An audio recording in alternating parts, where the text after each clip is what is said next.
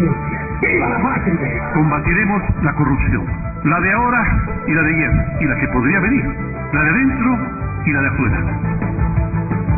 La revista de Opinión Democracia, los temas realmente relevantes, analizados con la visión crítica del periodismo libre. Da inicio la revista de Opinión Democracia, el programa en el que usted cree. Comenzamos. Gonzalo Rosero, credibilidad incuestionable.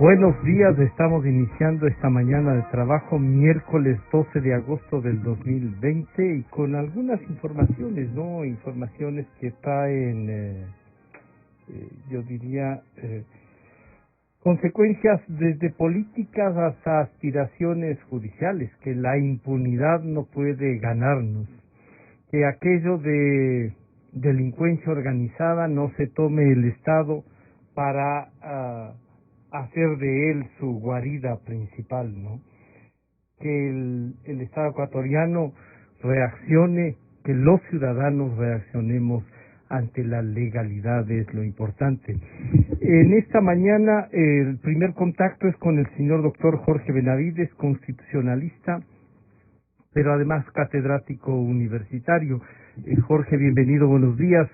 La primera consulta que tenemos para esta mañana, en medio de la cantidad de información que vamos obteniendo de lo que ha pasado desde la noche anterior, es este dictamen que se dio a conocer de la Corte Constitucional, a través del cual regulan de alguna manera, podríamos denominarlo así, o niegan simplemente que el acuerdo ministerial 119 se ejecute para no poder recaudar los impuestos anticipadamente, y entonces la Corte se pronuncia. Hay gente que dice la Corte puede pronunciarse, debió pronunciarse, pero no ha tomado en consideración el momento que vive el país y los requerimientos económicos. ¿Cómo diferenciar esto y la actuación de la Corte? Bienvenido, buenos días. Buenos días, Francisco. Gracias por la invitación. En efecto, existen algunas lecturas respecto de cómo debía pronunciarse la Corte en relación al decreto ejecutivo que contenía esta iniciativa de hacer una recaudación anticipada del impuesto a la renta con motivo de la grave crisis de la pandemia. Primero, afirmar, que se trata de una facultad que tiene el presidente enmarcada en las potestades que tiene cuando dicta un estado de excepción. Esto es, entre otras facultades, la posibilidad de hacer una recaudación anticipada de impuestos. Entonces, en ese sentido, no se discute esa facultad que tiene el presidente de la República a partir de lo que dice el ordenamiento jurídico cuando se dicta un estado de excepción. Ahora creo que lo que se debe analizar es el problema jurídico, cómo fue entendido por parte de la Corte Constitucional, y señalar que hubo un informe, una decisión de mayoría, ¿no es cierto?, que es la que niega la constitucionalidad de este decreto que contenía el cobro anticipado del impuesto a la renta, y hubo un voto de minoría. Fue tan discutida la decisión en ese sentido que tuvimos dos votos, el voto de mayoría con 5 voluntades y el voto de minoría con 4 voluntades. Para que la ciudadanía nos comprenda bien, diríamos que fue una decisión que se dio en el ámbito de una discusión fuerte respecto a mantener o no la constitucionalidad de este decreto. En ese sentido, finalmente, las dos ideas centrales que se pueden escoger de este voto de mayoría que, reitero, declara la inconstitucionalidad de este decreto 1109, por medio del cual se pedía se solicitaba la recaudación anticipada del impuesto a la renta, iba por el lado de que no existía el nexo causal entre lo que es esta recaudación anticipada del impuesto a la renta respecto a las condiciones de la causal de la pandemia. Incluso se señala en el voto de mayoría que no estaba claramente establecido que los recursos que con motivo de esta recaudación anticipada iban a ser canalizados hacia el manejo adecuado de la pandemia. Es decir, que no había una relación de causalidad, del nexo de la causa, que es la grave crisis que se afronta por la pandemia, con el tema de los recursos que iban a ser recaudados anticipadamente. No había este nexo causal, como establece la Constitución, que debe existir, y sobre todo la ley orgánica cuando se hace control constitucional de los estados de excepción. Incluso señala una cosa adicional, que es el ámbito temporal. La Corte Constitucional en este voto de mayoría determina que incluso el tiempo para que se proceda a esta recaudación anticipada superaría el tiempo del estado de excepción, que está próximo a caducar. En este sentido, entonces, hubo objeciones, reitero, tanto porque no se establecía claramente que los dineros que iban a ser recaudados con motivo de recaudación anticipada de impuesto a la renta iban a ser necesariamente canalizados para el manejo de la pandemia, sino que se trataba más bien de manejar una crisis económica sobreviviente por la crisis de la pandemia, pero no que esos recursos necesariamente iban a ser para manejar adecuadamente la grave crisis sanitaria. Aquí hay dos temas, y usted nos recuerda que la votación es la segunda vez que un tema de esta naturaleza, digamos de estas dimensiones, se toma 5-4, y si bien también el presidente de la Corte, el señor doctor Salgado, ha estado en este momento en el voto de minoría, hablará en nombre de la Corte, pero aquí no está entonces en discusión la atribución del presidente de hacer un decreto ejecutivo en estado de excepción para recaudar recursos.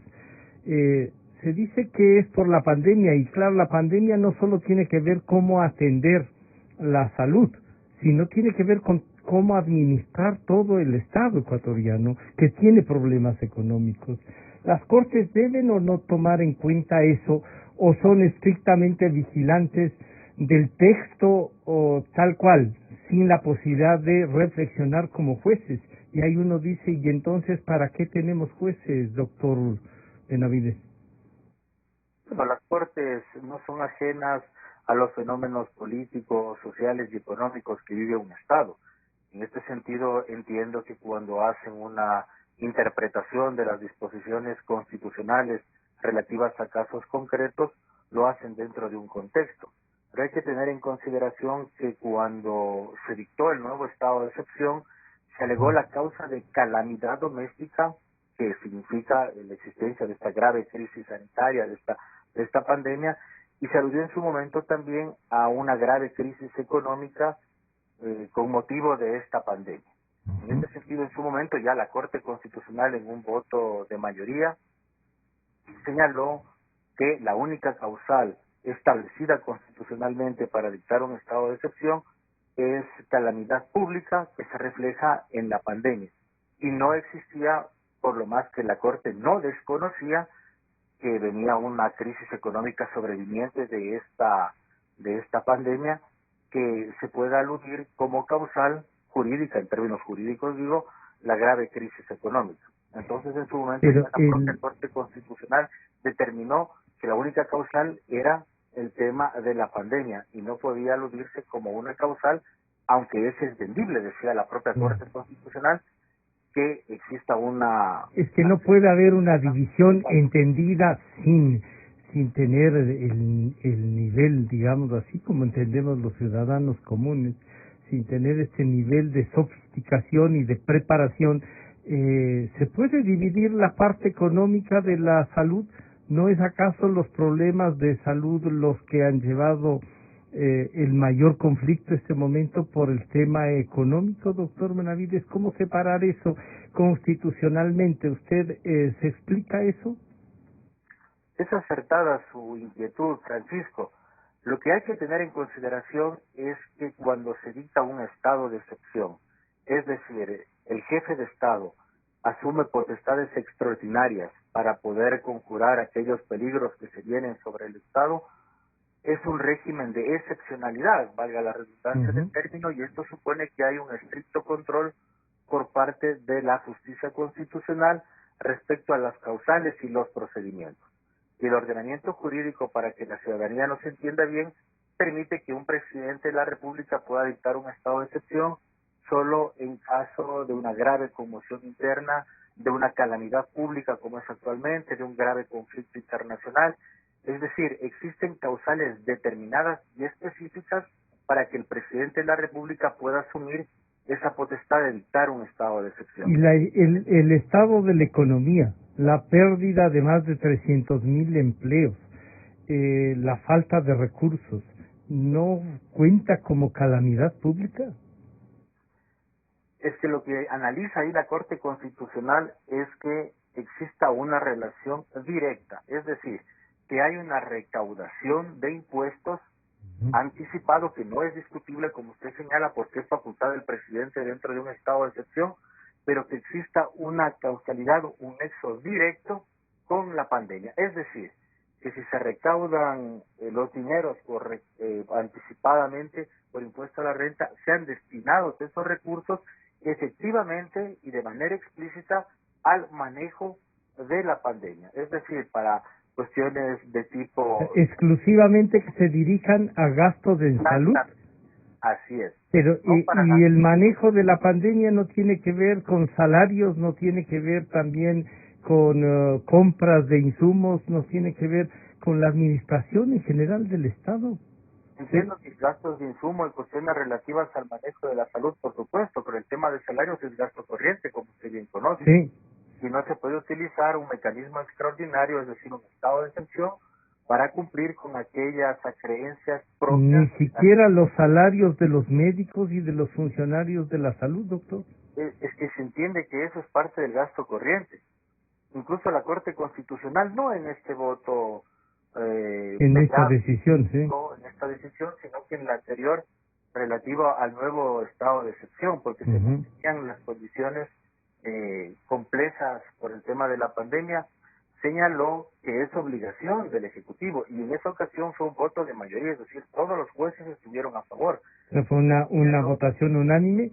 Así es, se señaló en su momento que los medios para superar la crisis económica sobreviniente, que es entendible por otra parte, evidentemente está pasando no solo en Ecuador, la región y el mundo, se tenían que superar por medio de los mecanismos ordinarios, es decir, por medio de una planificación adecuada de políticas públicas, por medio de una organización de la economía, de cara a poder superar la pandemia. Doctor Benavides,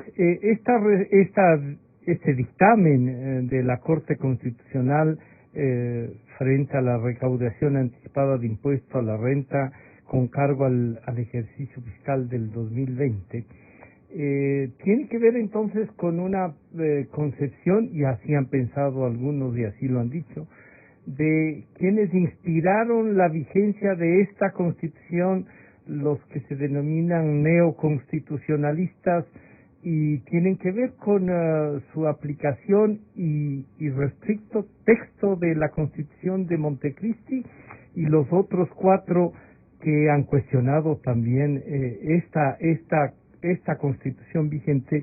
Entonces aquí hay una posición también política, ¿puede entenderse así o no?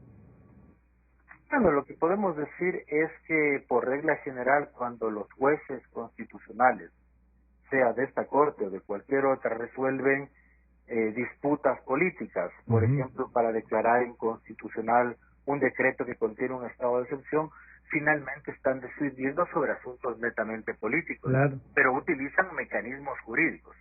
Entonces, el fundamento para haber decidido en este voto de mayoría es cuestionar si existe o no el debido nexo causal entre lo que se recaude por anticipación del impuesto a la renta para manejar específicamente el tema de la pandemia, no para las causas económicas sobrevinientes que supongan grave crisis económica, que deben ser manejadas por parte del gobierno a través de los mecanismos ordinarios.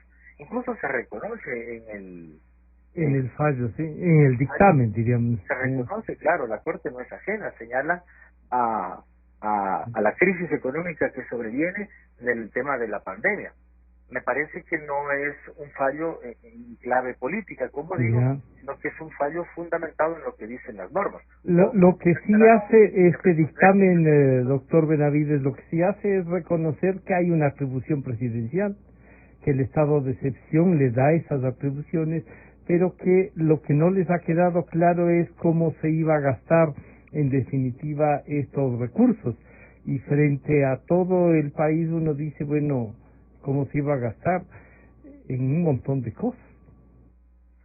Lo que pasa, lo que reitero es que es entendible esas preocupaciones, pero lo que yo modestamente trato de explicar es la idea de que como es un tema excepcional, o sea, es por fuera de la normalidad, las decisiones, por ejemplo, de que el presidente pueda recaudar impuesto a la renta de manera anticipada con motivo de la existencia del estado de excepción, es que el control de esa decisión debe regirse plenamente a los parámetros, a los procedimientos y a los trámites de a las causales establecidas en la Constitución y la ley. Debe ser tan clara la demostración que con los mecanismos normales no puede ser manejada esta crisis, que fue necesario el estado de excepción. Y luego que el impuesto y su recaudación anticipada necesariamente deba ser utilizado para manejar adecuadamente la pandemia. E inclusive señalan un tema, está por fenecer el estado de excepción. Entonces, incluso la recaudación superaría la vigencia del estado de excepción. Entonces, hay algunas cosas que son importantes tener en consideración. Me parece también pertinente señalar algunas cosas que tiene el voto de minoría, que concitó la existencia de 4 jueces, en cuanto a qué supone la facultad de la recaudación anticipada y su relación con temas de tipo económico. Por ejemplo, ahí la Corte lo que decía en el voto de minoría es que se podía haber solicitado por parte de la Corte Constitucional a la función ejecutiva de que aclare el destino de la recaudación anticipada iba a ser el manejo adecuado de la crisis sanitaria por efecto de la calamidad pública dada por la pandemia. Entonces son distintas lecturas, entiendo, pero creo que ambas incluso pueden ser acogidas a través de una interpretación de los hechos políticos. Particularmente considero que es pertinente la resolución dada por el voto de mayoría. Es decir, que no se justifica de manera clara, como pide la norma jurídica, esta relación causal, reitero una vez más, entre lo que es el manejo de la pandemia y cómo los recursos que iban a ser objeto de esta recaudación anticipada iban a tener como fin la superación de esta causal, que es la calamidad pública. Luego, si hay interpretaciones que están más favorables hacia el voto de mayoría o minoría, es propio en todas las sociedades democráticas. Lo que queda claro es que la Corte funciona, que tiene dictámenes que pueden ser debatidos, como debe ser en democracia. Lo que uno aspiraría es que las sentencias y las resoluciones de esta Corte Constitucional comiencen a efectivizarse. No sé cuántas sentencias de la Corte tienen y que no han podido ser ejecutadas. En todo caso, doctor Benavides, la Corte tiene decisiones como este dictamen, nada menos que dice, el estado de excepciones hasta aquí, no se puede ampliar para cobrar los impuestos o recaudar anticipadamente, no tiene un sustento sobre lo que se va a gastar, y claro, aquí hay una decisión que habrá que respetarla, doctor Benavides. Sí, así es, así funciona el sistema democrático. Así tiene, ¿no?, que funcionar. Más allá de si nos gusta o no. Sí, entiendo también, por supuesto, la preocupación, porque es grave la crisis económica, pero comprendo también... Pero no tanto para la Corte. No sé, lo que pasa es que me parece que no estaba debidamente justificado. Ya, o sea que también puede tener ahí un conflicto el Ejecutivo, ¿no? O sea, no plantearon bien el decreto o la demanda de inconstitucionalidad ha sido lo suficientemente sustentada. Repito, ojalá esta Corte... Cuando emitieron el decreto 1109, hubiese sido más adecuado que se relacione esta facultad, que no es discutible, está en la Constitución, el presidente, en caso de un estado de incluso el dictamen reconoce eso, ¿no? Claro, entonces ellos en el decreto del Ejecutivo lo dejaban muy claro la relación que había entre la causal de calamidad pública que está establecida en la Constitución y cómo iba a ser superada esa crisis, o en parte a ser superada por medio de estos recursos anticipados que iban a ser canalizados de manera explícita hacia la superación de esta causal. Y eso, a decir de los jueces, no fue tan claro en el decreto ejecutivo. Y por eso procede a la declaratoria de inconstitucionalidad del decreto ejecutivo 1109. Doctor Benavides, se suman a este diálogo, pero ya sobre otro tema, aunque también les podemos pedir a la doctora Mariana Yepes, ex fiscal general de la Nación, y al doctor Ramiro Román, penalista y catedrático, que opinen sobre este dictamen de la Corte Constitucional, pero les hemos pedido, y espero que nos acompañe, doctor Benavides, sobre el tema Bucarán.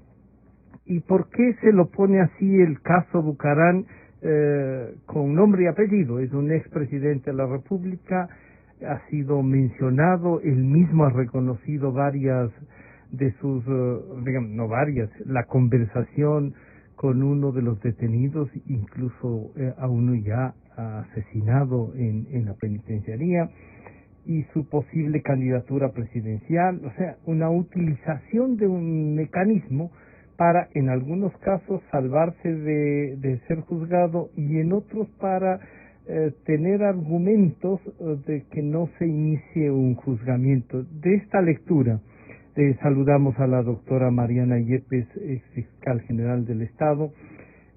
Doctora Yepes, ¿qué lectura debemos tener? Hay una cierta, no solo asombro, sino, yo diría, desasosiego. O sea, el país ha estado en un estado calamitoso. Doctora Yepes, bienvenida, buenos días.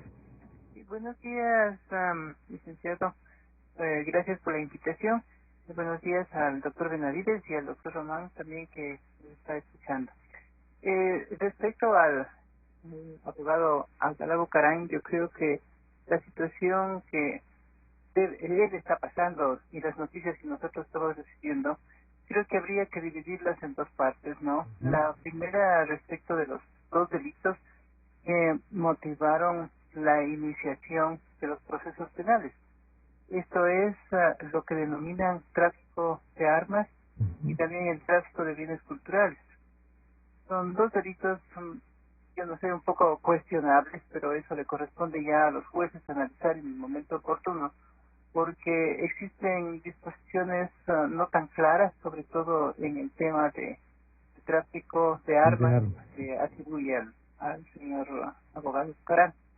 Pues lo que nosotros recibimos como noticia es que únicamente se le encontró un arma de fuego, sin permiso, y habría que plantearse si realmente eso es un tráfico de armas, ¿no? En los días subsiguientes a estos hechos públicos, apareció también que una persona en Cumbayá había tenido varias armas, que eran calificadas como arsenal, pero y tampoco tenía un permiso vigente. Sin embargo, no se le inició el proceso, no se inició exactamente, y tampoco se le dio ninguna medida cautelar alternativa a la prisión preventiva. En el caso del abogado Bucarán, no sé por qué se le dio medidas cautelares, y todo esto nace de yo siempre veo que hay un desarrollo que podría decir a través de los medios de comunicación que seguimos como una telenovela. Entonces esto nació como un allanamiento al domicilio de él, en el que se encontraron varias cajas que se supone que tenían medicinas y también el arma de fuego y también las piezas, ¿no?, de patrimonio cultural.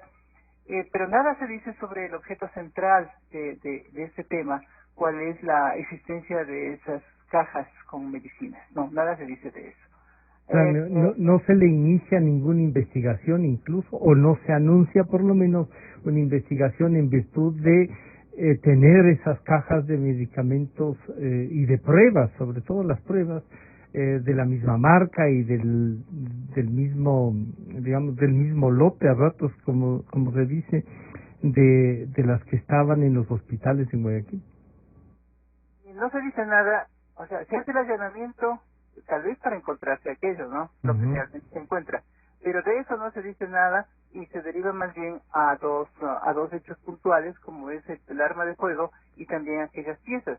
Esas piezas también llaman la atención, ¿no? Que son como 12 piezas y de las cuales solo 3 son auténticas y de escaso valor según el último informe. Unas piezas, todo depende del gusto que tenga cada persona. A mí personalmente no me gustan, me interesan. Bien, pero todo eso habría que analizar en un entorno jurídico y con las pruebas, ¿no? Las pruebas que se han presentado, los elementos de convicción en esta fase procesal, y luego ya algunas creo que ya tiene formulado cargos, o sea, estaríamos en la etapa de instrucción. Dependería de los informes que se presenten y también de las pruebas que él esté actuando. Pero ese es un tema, ¿no? Un tema que sí preocupa, porque de todas formas es un expresidente de la República y, bueno, estas atribuciones de responsabilidades o del delito, de los delitos mismos, yo creo que no eran el objeto central a donde iba la investigación. Sí, quizá entonces ahí lo discutible es por qué comienzan a juzgarle y no por lo que realmente el país pensaba que deben juzgarle. Exactamente. El objeto de la diligencia de allanamiento, no era otro, me parece a mí. Claro. Pero como para sostener más la tesis. Exactamente, se encuentran otros elementos. Bueno, pero ese es un tema realmente judicial. El otro tema, por eso decía yo que se divide en dos, en temas judiciales, y el otro tema que sí es sumamente grave, el tema de las conversaciones telefónicas. Y sobre todo de aquella conversación con uno de los, ya creo que era procesado, con este israelita que fue después de asesinado, ¿no? Asesinado, exactamente, inclusive con todas las palabras, asesinado. Esa conversación tiene muchos elementos que son preocupantes, aunque a nosotros nos han llegado unos resultados de la conversación o partes de la conversación que también se transmite así por capítulos. No son conversaciones completas si es que han tenido acceso a estas, lo cual me parece un poco raro también, pero solo por partes. Pero de las partes que tenemos, o sea, no hay un contexto general, pero de las partes que hemos escuchado, me parece que es muy grave el tema, porque no solamente involucra a la persona que estaba desesperada, privada de la libertad, y pidiendo garantías de vida, de que no le hagan daño ni a nadie. Bueno, pero esta persona también ha tenido un pasado, un pasado bien criticable, ¿no? Porque he visto que vivía en Panamá, que tenía mucho dinero, que allá estaba privado de la libertad también. Bueno, antecedentes complicados relacionados con el delito, ¿no?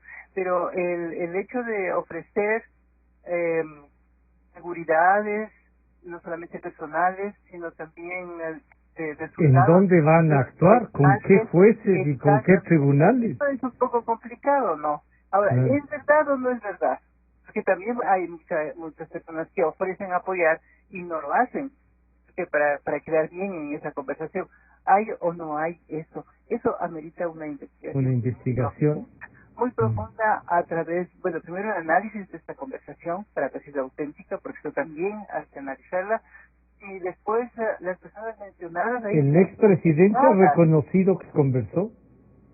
Entonces, si reconoce, de todas formas tiene que hacerse un análisis, porque además hay una tercera persona, por lo menos eso es lo que está viva, que aparece, ¿no?, en la conversación. Ah, sí, hay un abogado que dice y que además hace que se escuche una voz de una mujer que dice ser del consejo. Sí, exacto, eso es lo grave. Entonces habría que todo eso... Esta es una investigación más profunda, una investigación más profunda por la gravedad que contiene. Eso sí es gravísimo. Antes y el otro tema que sí, por favor. Que a propósito de esto ya hay un anuncio de presentarse a las elecciones. Sí. Eso también... Yo quiero que ese tema lo analicemos luego. Primero quiero que escuchemos, antes de saludar al señor doctor Ramiro Román, lo que dijo el expresidente Bucaram. Esa era una etapa de nuestra defensa técnica por parte de nuestros abogados, el grabar la conversación con el señor. ¿Y cuál es el de...? A ver, en el hipotético caso que así sea, ¿cuál es el delito? Todo el mundo vende aquí, vaya ahorita y compra naranja. ¿Cuál es el crimen? Mañana van a inventar a cualquier sicario y decir, yo fui, me mandaron a Bucaram. Esa historia no la he conocido en mi vida. Aquí hay muchas hipótesis. Lo cierto es que la familia Bucaram jamás en la vida ha tenido un muerto en este país. No seríamos solamente un estúpido puede mandar a matar sabiendo que pueden decir estos son. Yo tengo tu palabra, nadie va a tratar de matarme, nada de eso. Sí, ya hablamos de lo de la palabra. Ya hablamos de la palabra y yo mantengo mi palabra que yo en el tribunal te saco. ¿Tengo tu palabra de que no me van a matar? Claro, que no lo va a matar el gobierno, pues. Y claro, esas palabras son inducidas además en contra de uno. ¿Cómo te voy a matar yo? Si te va a matar el gobierno. Pero ese tribunal nosotros lo podemos manejar. Con el Consejo de la Judicatura nosotros lo manejamos. Te voy a poner un abogado y para darle fuerza le digo, yo tengo influencia. Obviamente era una defensa técnica mía para que el chico confíe. Porque el chico ya no confiaba en su abogado. Me decía, ellos solo me hacen hablar de Bucaram. Doctor Ramiro Román, bienvenido, buenos días. La doctora Yepes ha ubicado exactamente en los dos momentos, ¿no? El uno, aquello del allanamiento y el iniciar, digamos, la investigación de dos delitos, el de tráfico de armas y el de tráfico de bienes culturales. Pero la esencia de lo que se investiga y lo que está en debate y que ahora causa esta otra parte, este diálogo donde el expresidente dice sí que era parte de su defensa técnica grabar y afirmarle, no era para darle seguridades, no sé qué quería. ¿Cuál su lectura, doctor Ramiro Román? Bienvenido, buenos días. Muy buenos días, mi estimado Francisco. Un saludo al doctor Yepes y a la doctora Mariana Yepes. Y al doctor Benavides. Al doctor Benavides, que nos acompañan, así como a toda la ciudadanía que nos escucha. Bien, mire Francisco, yo tengo un punto de vista totalmente objetivo de lo que sucede. Nosotros tenemos dos investigaciones.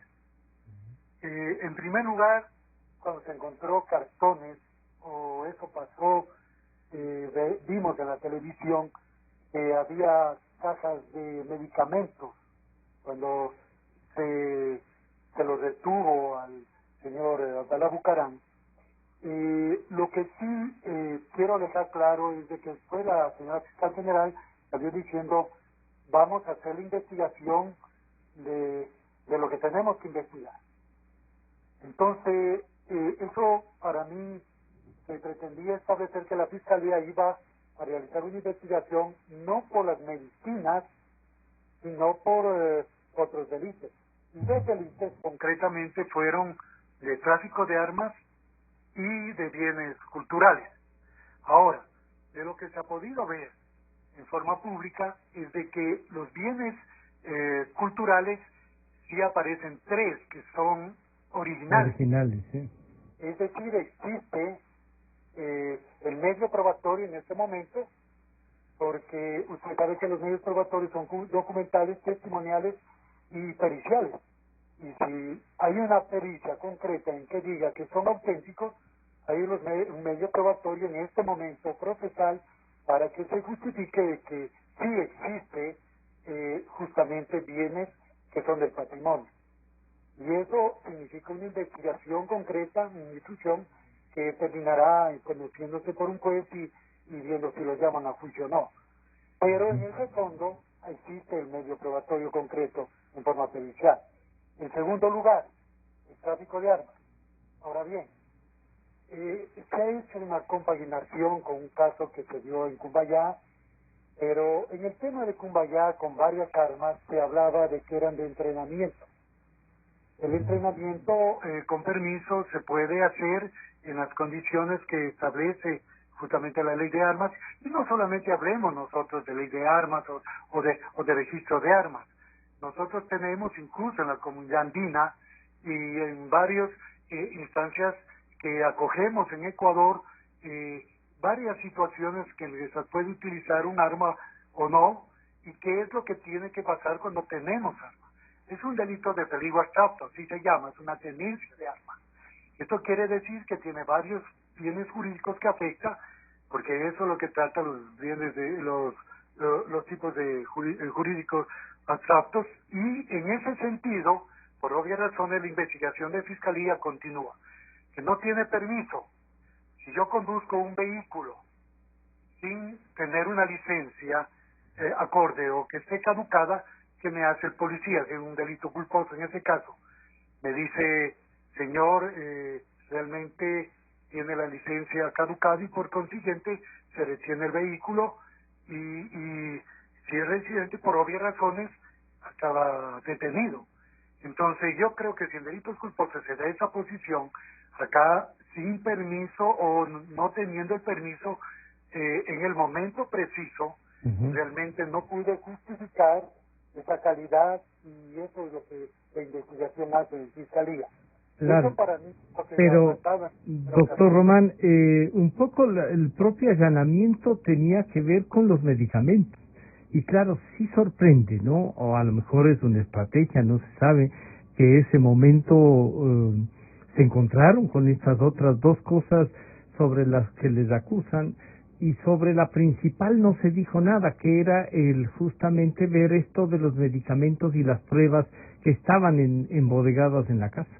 Mire, Francisco, sí al presidente o expresidente Abdalá Bucaram en ese momento captaron medicación, etcétera, y dijeron que no le iban a hacer proceso, donde esa medicación corresponde, de dónde es la medicación y a quién continúan ese proceso. Yo tengo entendido que están investigando a los hijos del señor Bucaram.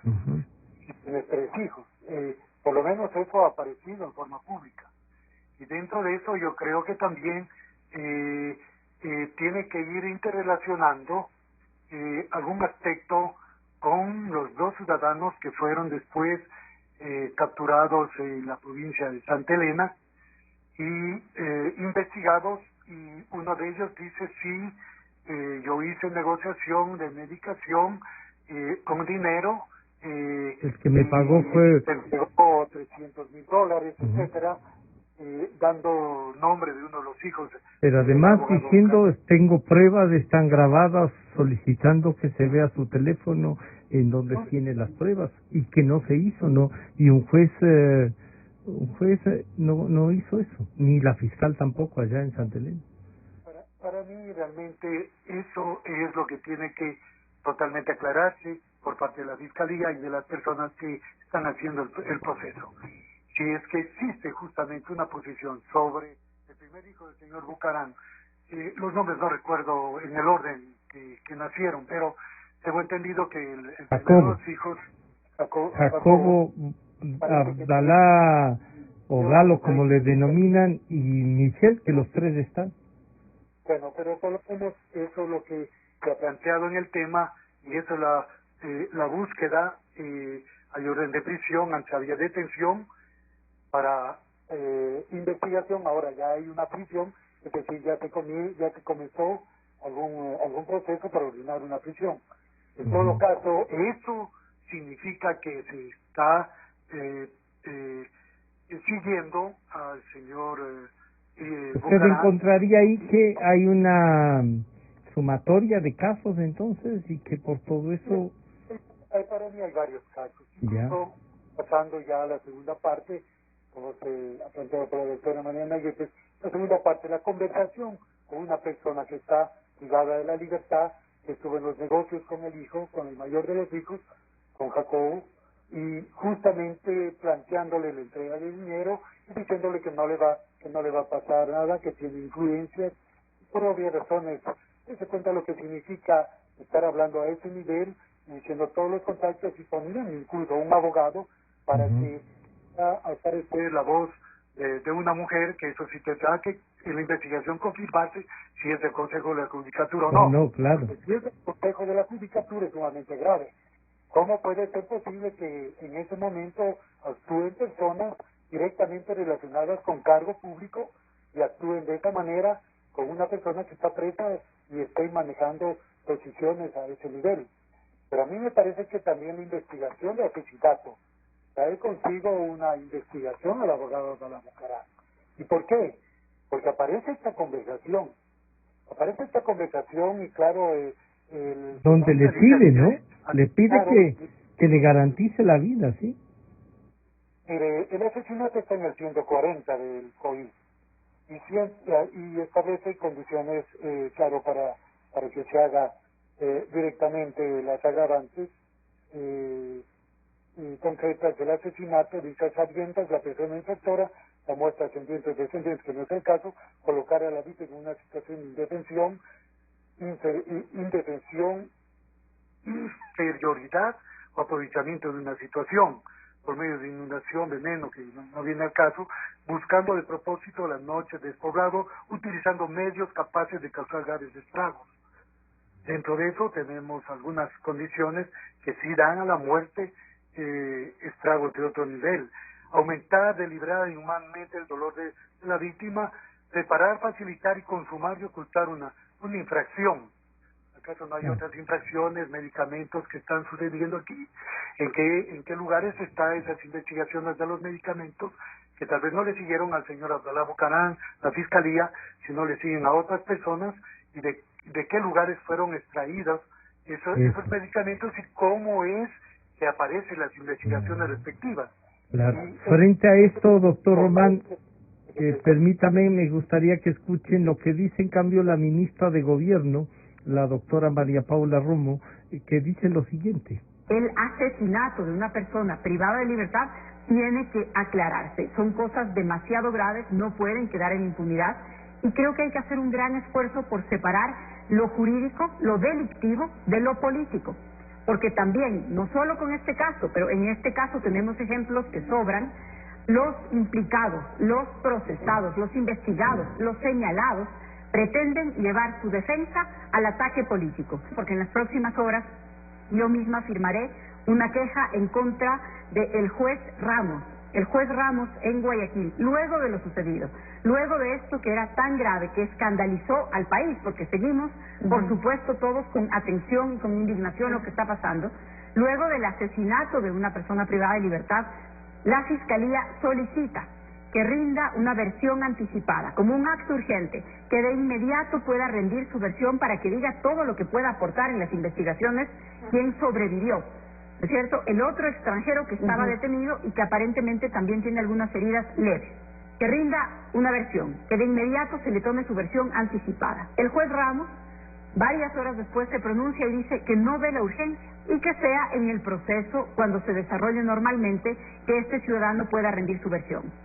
Esto es muy grave porque, a pesar de todos los esfuerzos que se haga desde policía, desde fiscalía, desde las otras instituciones, si los jueces les quitan las medidas sustitutivas, le retiran el arresto domiciliario, dicen que no es necesario el grillete, no ponen una zona de circulación para el grillete, permiten que los investigados sigan realizando cualquier tipo de actividad, si es que los jueces impiden tener boletas de captura, si es que los jueces impiden que se tome una versión anticipada, va a ser muy difícil que las investigaciones progresen, y por eso creo que es muy importante que lo miremos integralmente.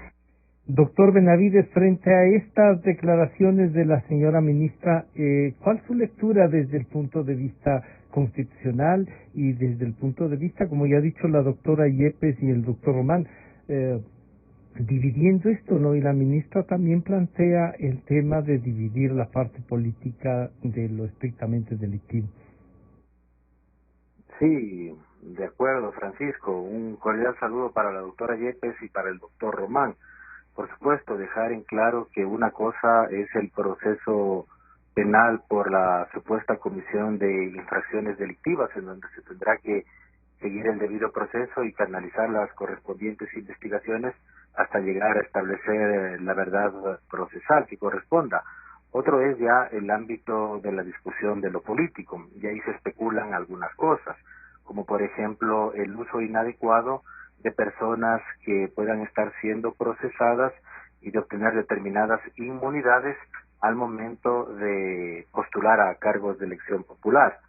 Entonces, por eso hay que dejar claramente establecido que una cosa son las responsabilidades penales de potenciales o supuestos hechos delictivos que pudiesen haberse cometido, y otra la utilización inadecuada que pueda ser incluso de determinadas inmunidades que están contempladas en el Código de la Democracia. Por ejemplo, cuando se señala que los candidatos, es decir, que ya no podrán encauzar.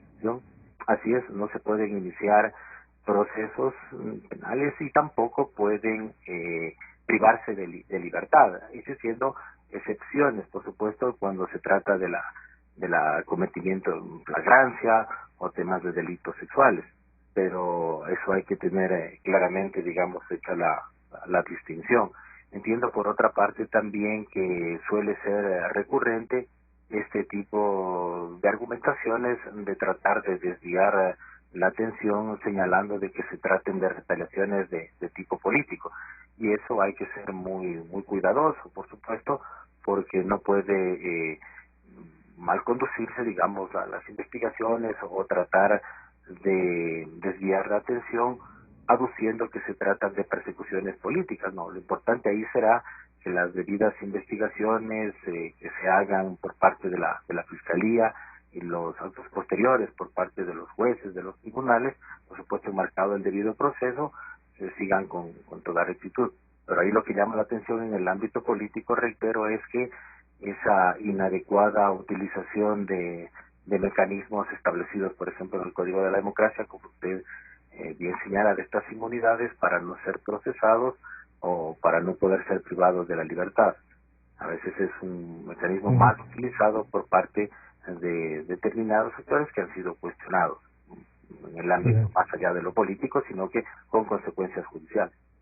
Doctora Yepes, usted había iniciado en su primera intervención este tema de la posibilidad de una candidatura y de lo que dice el doctor Benavides, una utilización de estas inmunidades. En el estado actual del expresidente, del proceso, esta madrugada detenido nuevamente por el tema tan grave, ¿no? De la muerte, y como dice la ministra de Gobierno, separemos las dos cosas, pero las dos van a ratos vinculadas. Ya se inició un proceso. ¿Puede ser candidato y utilizar los beneficios de esa candidatura, beneficios entre comillas, el señor abogado Bucarán, doctora Yepes? Bueno, sí podría ser candidato, pues porque el impedimento todavía no se ha constituido, solamente hay la iniciación de un proceso, después ingresaría la inmunidad, pero no me llama la atención de que del anuncio de lanzarse candidato. Y una noticia el día de ayer que escuché, que debe ser cierta, es que también el señor Salcedo estaría pensando en lanzarse a una declaración y dijo que no. Entonces, sí. Todas las personas que están procesadas en esta coyuntura de los delitos cometidos en el espacio temporal de la pandemia, también como defensa se lanzarían de candidatos y tendrían inmunidad mientras dure el proceso eleccionario.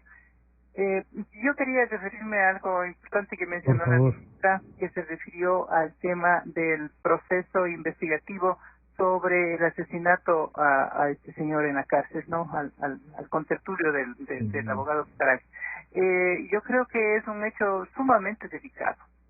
Y bueno, hay una, que podríamos decir, una pandemia también de inseguridad dentro de los centros carcelarios, porque cada vez estamos escuchando que hay agresiones físicas y que inclusive hay muertes, ¿no? Creo que ayer tarde se produjeron otros actos de esa naturaleza, pero la tanto que ahora se declara en estado de excepción a las cárceles. Sí, pues no, pero ya hace poco tiempo también hubo ¿También? de excepción, sí, pero no sé los resultados. Pero el sobreviviente de este ataque, él relató dio una declaración, me parece, ¿no? Que sí dio una versión, y él había mencionado que ingresaron varias personas a la habitación, que él se despertó con eso, que trataban de ahogarle, de ponerle muchas ropas sobre la cara y le botaron al piso y todo. Y cuando le preguntaron, que le habían preguntado que quiénes eran, él dijo que era uno de los guardias, que en el grupo estaba uno de los guardias que cuidaba el cuarto de él en la clínica. Eso me parece gravísimo. Entonces no hay seguridad en la parte interna del centro carcelario, del centro de privación de la libertad. Tiene que hacerse una investigación a fondo. Yo no sé, me parece que si él estuvo, yo no sé si estuvo, pero alguien lo mencionó, que estuvieron los dos en el programa de protección, pero en el programa de protección no podían estar en ese centro carcelario, debían haber pasado donde exista mayor seguridad, y las noticias también indican que estaban en un lugar donde hay mínima seguridad, en una parte donde hay mínima seguridad, entonces estaban posibles a cualquier otro tema. Yo le preguntaba al señor general Moncayo, el director, qué pasó con las cámaras. Y claro, dijo que unos días antes habían atacado las cámaras, entonces no había cámaras. Ay, qué pena, ¿no? Pero bueno, él tiene la suficiente experiencia porque está manejando este tema desde hace algún tiempito, ¿no? Y me parece a mí, pues, que si atacan las cámaras debe ser porque existe una mala intención. Entonces, claro, y que entonces hay que tener más cuidado. Seguro, exactamente, ¿no? Bueno, y también hay que tener cuidado con las informaciones también, creo yo, que estamos en una etapa en que casi hay una pandemia de información también, ¿no? Estamos sobresaturados, lo que se ha denominado infodemia, ¿no? Que es un exceso de información. Que puede terminar... confundiendo. Exacto, sí. Puede terminar confundiendo, pero además... Pero ¿cómo entonces, doctora Yepes, ejercemos presión para que la impunidad y esto de la regalada gana no se instale en el país? Porque también si queremos un país. Sí, todas las personas queremos un país que tranquilo, con legalidad y con justicia, ¿no es cierto? Todos queremos eso, pero también yo creo que a veces las noticias nos vienen un poco contradictorias, ¿no? Y también hay que tomar en cuenta aquello de que la calidad de un servicio perdón, doctor. En ocasiones las informaciones también como que debilitan la posición de la justicia. Yo creo que siempre es importante la actividad periodística en las investigaciones. Han dado aportes extraordinarios, como por ejemplo el caso de Ruth Verde, que ahora se está juzgando en la Corte Nacional. Eso provino de una investigación periodística, ¿no? Pero precisamente eso está perfecto. Pero hay otras informaciones que creo hay que manejarlas con un cuidado distinto. Sí, están vinculándose a la farándula en ocasiones, ¿no? Y entonces pues eso es como farándula se está haciendo las informaciones de este tipo. Hay que dejar que los jueces actúen con la debida independencia y que los fiscales hagan investigaciones dentro del marco de las atribuciones que les correspondan, ¿no? A veces pueden confundir a la ciudadanía con esas informaciones y presionar a los jueces y a los fiscales para que asuman determinadas posiciones, ¿no? Entonces, eso sí creo que debería un poco... Sí, tomarlo en cuenta, sí, hay que tomarlo en cuenta porque... ¿no? Sí, pero la cuestión de Bucaram, sí, acabo de escucharle que se ha dictado nueva orden de prisión. Sí, fue detenido esta madrugada. Lo que sí le diría es, si bien la prensa que tiene que cumplir este rol, no quiere escandalizar para no hacer de todo una especie de farándula, tampoco quiere perder la posibilidad de que el país no se escandalice por estos hechos, doctora. Bueno, lo importante es que todos tenemos derecho a la información, ¿no? Ya. Entonces debemos estar siempre con conocimiento de lo que sucede en el país. Siempre ha existido una preocupación a nivel internacional. He tenido la oportunidad de asistir a algunos eventos en calidad de jueza, primeramente, en que hay una preocupación de que lo mediático absorba lo legal, los plazos jurídicos, legales. Sí. Entonces, en todos, no es la excepción el país, en todos. Existe eso. Yo creo que la parte periodística es importantísimo, nos orienta y además cubre esa necesidad de información, porque todos debemos saber lo que está sucediendo. Pero a veces presionan a los otros sectores que son los que deben tener van a tener la solución del caso, ¿no? Sí, esto yo creo que el tema debe ser investigado a profundidad, que es muy, muy delicado. Le acabo de escuchar al abogado Bucarán, tampoco le había sabido de eso. Él dice que es una estrategia de defensa. Defensa técnica. Sí, él estaba incluido en ese proceso, eso habría que preguntar, porque ese era el caso de que un hijo de él con estos extranjeros habían negociado la compra-venta de medicinas, pero el abogado Bucarán no estaba dentro de eso. Entonces, es decir, que es parte de la defensa técnica, no sé. El doctor Hernán Ulloa, abogado de uno de los del sobreviviente en general, o no, del que falleció ya, dijo lo siguiente hace un momentito en Teleamazonas. Cuando Shaya Han me contrata, él me indica por qué delitos ha sido procesado: por enriquecimiento privado no justificado y también por el uso de documentos falsos. Respecto del uso de documentos falsos, él me indicó de que desconocía de que existía una pena tan grave en este país y lo que quería básicamente era someterse a un procedimiento abreviado, es decir, reconocer su responsabilidad en aquello. Como una vez él iba a aceptar su responsabilidad, esto no se contraponía con la ética profesional bajo la cual ejerzo mi profesión, y decidí asumir la defensa estrictamente en el plano del reconocimiento de su responsabilidad y asumir un procedimiento abreviado por el uso de documentos falsos.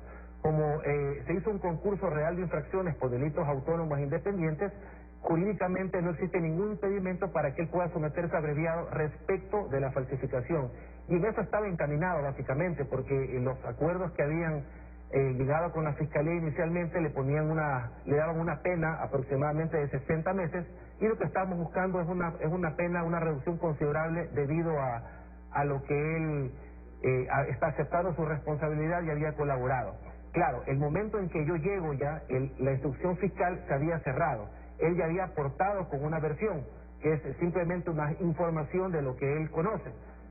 No había la posibilidad de someterse a una colaboración eficaz. La única opción que había era simplemente utilizar el procedimiento abreviado. Doctor Román, que es un procedimiento previsto en las leyes, ¿no es cierto? El doctor Ulloa dice, todo estaba encaminado a esto, ya había un reconocimiento. Pero claro, aquí se mueve un montón de otras cosas y vemos que, claro, termina diciéndose, aquí se viene una candidatura para evitar justamente el tratamiento de esto, o lo que nos dice la doctora Yepes. Esto le llama la atención a ella, esta defensa técnica que arguye el expresidente, y dice, oigan, y estaba procesado por este tema el expresidente. ¿Cuál es su criterio, doctor Román? Mire, Francisco, para mí el artículo 108... Doctor, no le estamos escuchando, no sé si nos ayuda con el tema del teléfono. Un momentito, no sé si ahí ya... Ahí le escuchamos, doctor, gracias. Los artículos 108 y 109 del Código de Democracia es sumamente claro en lo que se tiene que hacer en el caso de personas que estén deseando para elecciones. Es justamente, se están basando en estos artículos desde mi punto de vista para que se maneje primero candidatura presidencial y por otra parte en el tiempo de candidatura, por obvias razones, bueno, yo siempre digo en derechos humanos impunidad. Yo creo que se da alternativas de impunidad en investigación y en tratamientos de ese nivel. Creo también que después del tiempo de acabar elecciones pueden continuar los procesos. Eso establece justamente el artículo 109 del Código de Democracia y eso se tendrá que continuar. Es decir, no es que que va a ser definitivo el tema, sino en forma temporal. Pero eso por una parte. Por otra parte, cuando se plantea el efecto del procedimiento abreviado, por obvias razones, el artículo 635 el Código nos habla justamente de las condiciones que se pueden hacer en los procedimientos abreviados. Y por obvias razones también nos dice el doctor Ulloa que ya había terminado la instrucción, que ya había estado en ciertas condiciones y que ya había rendido él una versión. Es decir, yo tengo entendido de que se podía aplicar el concurso real, por obvias razones, se da en el artículo 20, 21 está el ideal, y esos son los que nos plantea en este momento el COVID. Dentro del concurso real tenemos varias infracciones o delitos que se han cometido por el sujeto y se tiene que establecer una condición de unificación. En esa parte, ¿qué es lo que sucede? Querían llegar justamente a decir que aceptaban la falsificación documental. Pero bueno, este momento creo yo que ya el caso, cuando se plantea el asesinato de una persona, para mí esto es sumamente fundamental. No podemos hablar de efectos políticos y de persecuciones. Yo siempre he manifestado. Se habla de que se investiga por parte de la Fiscalía que los jueces están interviniendo y dicen me están persiguiendo en forma política. Ahora se está repitiendo lo mismo por otra persona. Esto quiere decir que primero fue el señor Correa, ahora el señor Bucarán, en su momento, y presidentes de la República los dos. Yo creo que hay que dar buen ejemplo a los ecuatorianos. Yo creo que cuando los jueces intervienen, los jueces tienen que hacerlo con objetividad y tienen que plantear las cosas con verdad. Yo creo que los jueces, cuando intervienen, deben darnos a los ecuatorianos un ejemplo de sus actuaciones. Aquí se ha hecho una cantidad de cambios de medidas cautelares, de posiciones diferentes en cómo permitir más libertad a las personas para que puedan seguir transitando en su vida. Yo no digo que no se deba hacer esas cosas. Yo creo que se debe dar el punto de defensa a las personas o el derecho a que se defiendan las personas. Pero también se tiene que asegurar la presencia de las personas en los momentos que se tiene que hacer. En el asesinato que se produjo, en la gravedad que ha pasado las cosas, yo sí creo, y quiero dejar claro algo que es muy necesario. La investigación periodística en los casos de derechos humanos ha sido muy importante. Y lo hablo desde el caso Restrepo, de Consuelo Benavides, de hace más de 30 años en Ecuador. No hubiera habido periodistas y medios de comunicación que nos hubieran allegado en investigaciones, no se hubieran aclarado muchas situaciones. En esta ocasión, por obvias razones, no se saca toda una información de conversación telefónica, por ejemplo, o de grabación en ese momento, pero se saca ciertos puntos. Pero tengo entendido que el periodista tiene su fuente de información y eso tiene que ser muy respaldada, debe tener verdades concretas y por eso debe exponer ese tipo de cosas. Claro. Yo no hablaría frente a esa situación de periodista que podríamos hacer entender que no hay un trabajo serio. Yo creo que el periodismo hace un trabajo serio. Yo creo que el periodismo en el Ecuador ha sido muy importante para que este país tenga posiciones diferentes en un momento determinado. Y en la lucha de derechos humanos ha sido así. Y así ha sido, y el compromiso de no callar es.